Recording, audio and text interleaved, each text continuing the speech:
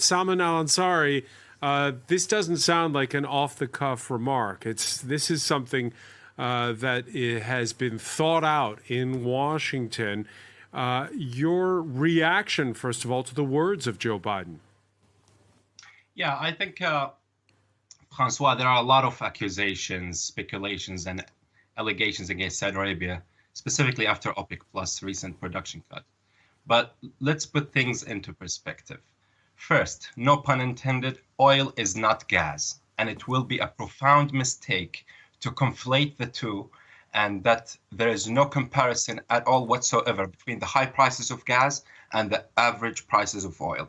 That's number one. It's the US that wanted to sell LNG gas to Europe with 4 times the price, not Saudi Arabia, nor OPEC, nor OPEC Plus. And President Macron, the French president, hinted about his frustration, personal frustration of the US exploitation of Europe's energy need. This is a fact. And Voltaire actually said it right. Il n'y a pas de vérité moyenne. There are no half-truths. The second thing is the US administration, as we all know, has waged a war against its domestic US oil industry through an executive order. Months afterward, he said, the Biden administration, Biden himself, at a climate conference, he said Saudi Arabia should be punished for its hydrocarbon production and how Saudi Arabia is exacerbating the climate change. And now he is asking us to pump more oil. And you see the double standards here. The third thing, which is very important and hasn't been very well reported by the media, which is the fact that the US administration urged Saudi Arabia to delay the production cut for a month. So that tells us what? It tells us that it has nothing to do about Russia at all whatsoever. It's all about the midterm elections, which means the US Democratic Party wants the Kingdom of Saudi Arabia to meddle in the US elections to basically help them out. And that's why I said earlier, the US ship is too big to fail, but too divided to sail.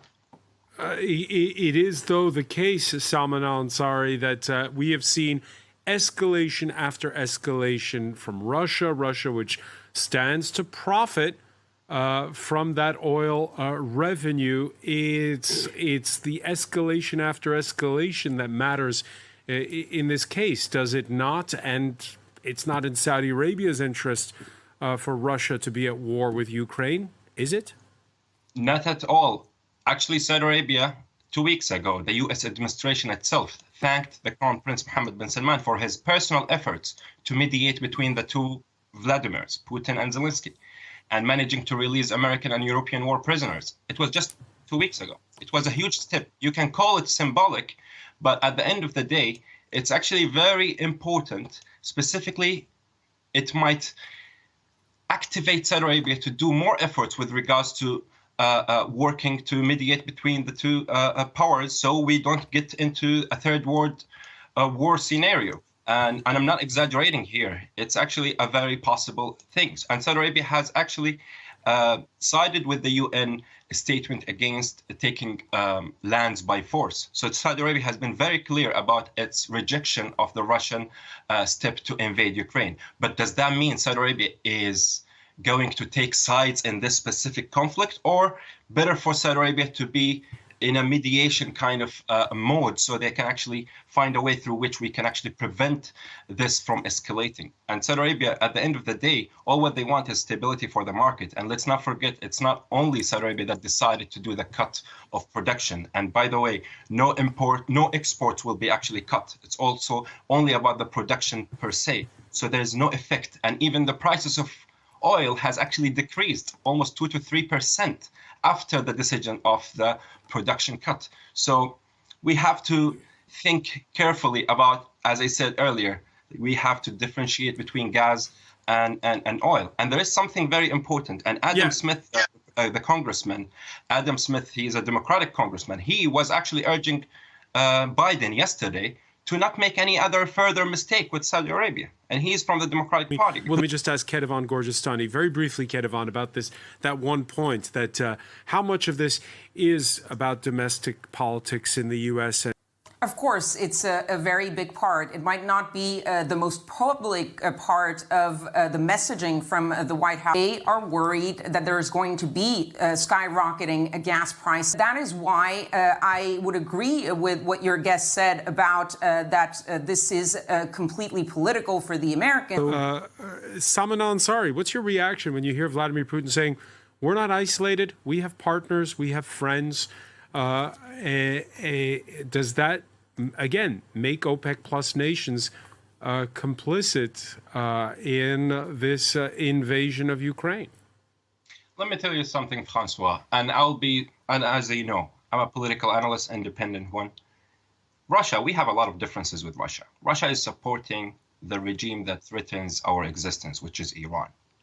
Does that mean we have to take a side to be against them in this specific case? Not necessarily, because you can use diplomacy to de-escalate. We don't need to escalate because that's a strategy that doesn't work. Escalate to de-escalate is not going to work. We need to work on de-escalating the issue and to prevent this from going out of control. It's still under control. All what we are seeing is still under control, but even after the bombing of urban centers that we've seen over the last 3 days? Look, wars are ugly. Wars are ugly. Wars are bad. And this is unjustifiable at all whatsoever. And Saudi Arabia has voiced its rejection of that as well. But at the same time, we don't want this to escalate. So is the solution for us to be just taking sides and just to try to do some kind of dramatic move in order for us to take sides?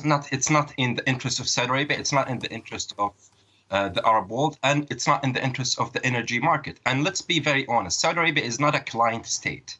It's not a client state. It's a nation that predates the US, and it's the heart of the Arab and Muslim world. And I think it will be a catastrophic mistake if the US takes any measure against Saudi Arabia. It would be, I would call it the mistake of the century, if the US does something against the interest of the Kingdom of Saudi Arabia. The US-Saudi relations, I'm a big believer in this relationship. It's the cornerstone of global security and economic prosperity. Mike Pompeo himself said that he can't imagine a world where there is no Saudi, where's no Saudi-US relations.